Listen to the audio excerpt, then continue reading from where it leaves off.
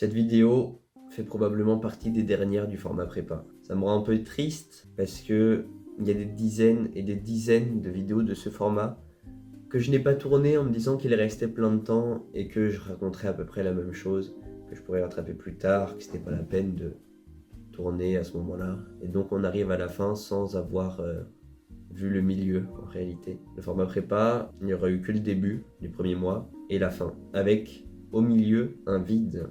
Un vide très parlant, je pense. Parce que la prépa, c'est un peu ça. C'est un début assez sympathique, où on découvre les matières, il y a une vraie euphorie, on découvre ce que c'est que le vrai travail, on se prend quelques raclées, mais au final, on aime bien.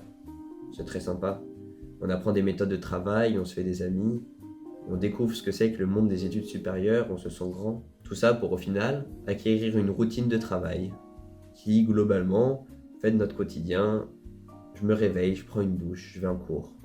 Je déjeune, je vais en cours, je travaille, je vais me coucher. Et ça pendant 1 an et demi. Je pense que c'est la principale raison de pourquoi je me rappelle pas de la dernière année. Non pas parce que je suis amnésique ou que j'ai vécu des choses traumatiques, mais bien parce que je n'ai rien vécu de mémorable. Si mon cerveau a décidé d'éliminer cette année, c'est peut-être tout simplement qu'elle ne méritait pas d'être retenue. Et je trouve ça réellement triste d'avoir perdu comme cela une année. Ça pourrait être rentable si je pouvais aller par exemple à l'ENS ou à HEC, mais malgré le fait que j'ai sacrifié cette année, ou même ces 2 années, en retour je n'ai rien.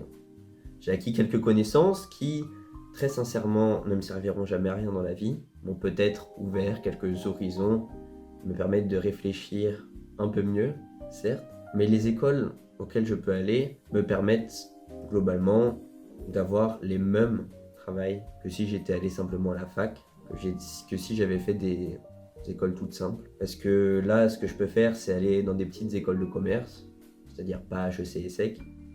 Ce que je peux faire, c'est faire des masters, pareil qu'à la fac, ou ce que je peux faire, c'est QB.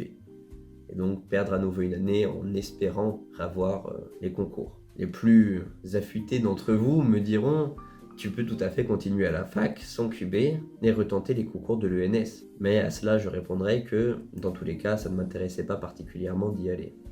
Je n'ai ni envie d'être enseignant, ni envie d'être chercheur, ni envie d'être fonctionnaire. Alors pourquoi est-ce que je visais cela? Tout simplement parce que j'étais dans une prépa qui me le demandait. Avoir un salaire, c'est super cool. Qui ne le souhaiterait pas? Surtout pour être en études, c'est un cheat code incroyable. En plus, c'est très prestigieux et être respecté en tant qu'humain, on aime bien. Et en plus, j'aurais pu faire un M2 à HEC si j'étais dans les meilleurs. Alors là, si c'est pas un god starter dans la vie, je sais pas ce que c'est. Mais à la place, ok, j'ai acquis des connaissances, mais j'ai perdu 2 ans. Je sais pas si vous vous rendez bien compte du coût d'opportunité que c'est. On va dire entre 9 et 11 heures par jour pendant 2 ans. Pas besoin de faire le calcul, je vous laisse le faire si ça vous intéresse, mais même en euros, ça fait beaucoup. Est-ce que je regrette? La question n'est pas tant là. Regretter, c'est pas très utile. La vraie question qui se pose, c'est qu'est-ce qu'on peut faire pendant ces 2 mois pour essayer au mieux de compenser cette perte. Certains se diront, il reste 2 mois, c'est encore jouable, et vont faire le sprint final. Celui qui les mènera peut-être dans l'école de leurs rêves. Celui qui les mènera peut-être à l'épuisement et à l'échec également. Et à la plus grande déprime. Si vous échouez après avoir réellement tout donné, est-ce que c'est pas pire que d'échouer en ayant donné une partie de ce qu'on peut donner? C'est une phrase très complexe, on va dire, pour pas grand-chose. Oui et non. Dans tous les cas, si on rate, on aura des remords, on aura des regrets. Si on rate en ayant tout donné, on aura trop le seum. Je sais pas d'autre manière de le dire. T'as tout donné, t'as quand même raté. Comment ne pas t'en vouloir? Tu remets en question ton intelligence, tes méthodes de travail, tu remets tout en question. Après, tu te demandes même si tu ne devrais pas refaire une année. Et là, il faut espérer que tu l'aies après une année de plus, parce que sinon, c'est le coup fatal, je pense. Si tu travailles pas suffisamment, tu ne peux t'en prendre qu'à toi-même. Tu peux pas critiquer ton cerveau qui n'est pas assez performant, pas assez intelligent. Je sais, je dissocie le cerveau et la personne, c'est un peu bizarre. Tu peux pas critiquer les rédacteurs de l'épreuve. D'autres considéreront que c'est fini. Que là, en 2 mois, il n'y a absolument aucun monde où on rattrape le retard. Et donc, sur un malentendu, ça passe. Si le sujet, c'est exactement ce que je connais, pourquoi pas, hein? Si le NS veut absolument de moi, je viendrai à eux. Malheureusement, cette manière de voir les choses, c'est de dire droit dans les yeux, oui, j'ai perdu 2 ans. Oui, ces 2 ans ne m'auront servi à rien. Je les aurais jetés dans le vent. Ces 2 années qui font partie des années les plus précieuses de ma vie, 18-19 ans. Combien seraient prêts à payer des milliers, des dizaines de milliers d'euros simplement pour revivre cette période de leur vie, qui pour nous a été simplement 2 ans passés assis à regarder des équations relativement intéressantes, je l'accorde, mais globalement vide. Certains me trouveront un peu dur et me diront non, dans la prépa, il y a quand même une vie étudiante assez sympathique, il y a des amis, il y a des rigolades, etc.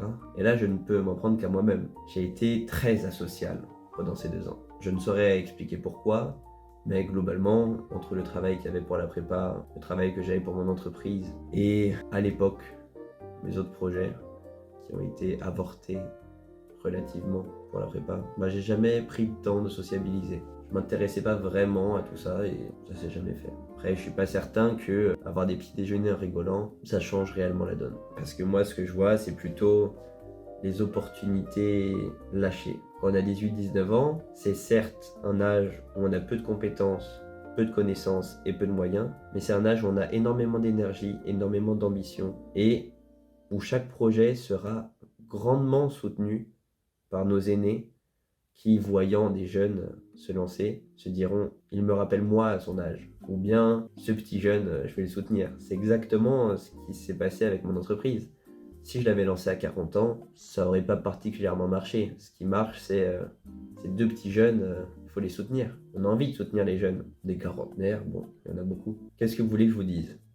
Il reste 2 mois. Pendant ces 2 ans, j'ai pas pu faire ce que je voulais. J'ai perdu du muscle, alors même que mon objectif était 100 kg en 5 ans, et qu'après 3 ans de muscu, je m'en rapprochais, et là, la dégringolade, j'ai tout perdu.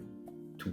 N'exagérons rien, mais je n'ai pas avancé en 2 ans. Imaginez où j'en serais si j'avais continué assidûment. Imaginez me déprime un peu. Pareil, le piano, j'ai dû arrêter le conservatoire.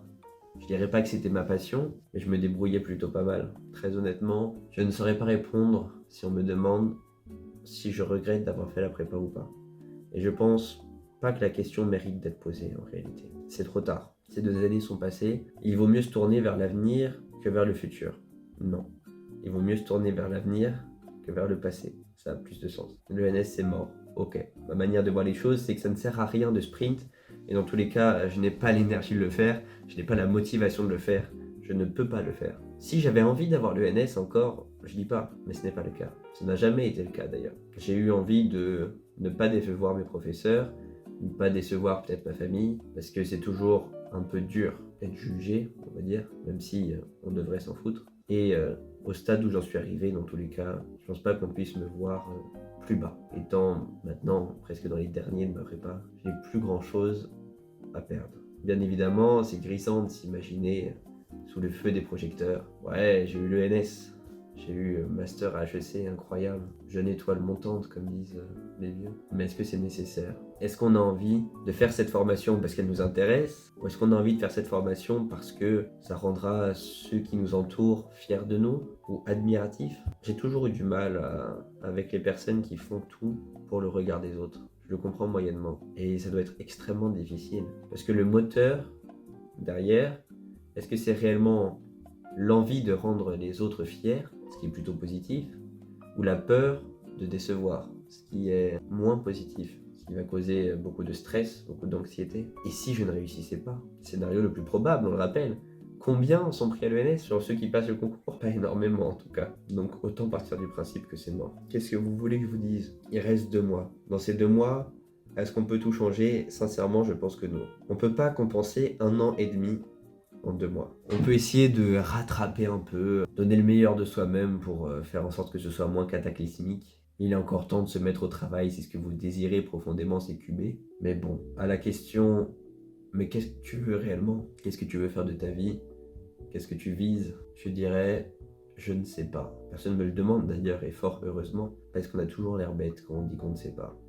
Mais la réalité, c'est que l'immense majorité des jeunes se lancent dans des études sans savoir pourquoi, sans avoir de motivation réelle à part la peur de se retrouver sans diplôme, sans travail, sans un salaire suffisant pour subvenir aux besoins d'une potentielle famille, en étant simplement regardé par les autres comme un déchet humain, incapable de subvenir à ses propres besoins, incapable de faire quoi que ce soit. C'est à mon avis la hantise de tous les jeunes. Même si on est dans un pays qui aide énormément ces jeunes en difficulté, qui ont raté leurs études, qui ont raté leur vie, comme le dit la société, c'est une peur énorme, qui est, d'après moi, un vice du capitalisme. Le principal moteur qui pousse à travailler, ce n'est pas l'envie de créer, c'est la peur d'être perçu comme un déchet, la peur d'être jugé. Parfois, c'est plus sain peut-être, la peur de manquer, simplement. Si tu travailles pas, tu manges pas. C'est assez faux dans notre pays parce qu'il y a énormément d'aide, mais l'idée reste là. Dans cette vidéo, j'ai tout et rien dit, comme à mon habitude. Le gros avantage, c'est qu'elle a été montée par Sonakai. Je le remercie. Je remercie Adobe Premiere Pro. Je sais qu'il n'a fait qu'AutoCut et potentiellement Music Music. Honnêtement, j'ai menti. Je pense que ces années m'ont rapporté beaucoup. Est-ce que ça m'a apporté plus que si je ne l'avais pas fait? La réponse est non. Ça m'a apporté beaucoup en expérience et en maturité. Ça m'a permis d'élargir ma manière de réfléchir mieux. Certes, si vous recherchez le bonheur, ce n'est pas la bonne voie. Mais si vous recherchez la réflexion, on va dire ça comme ça, c'est un très bon début. Ça tombe bien parce que je l'annonce. Les vidéos réflexion vont reprendre. À bientôt.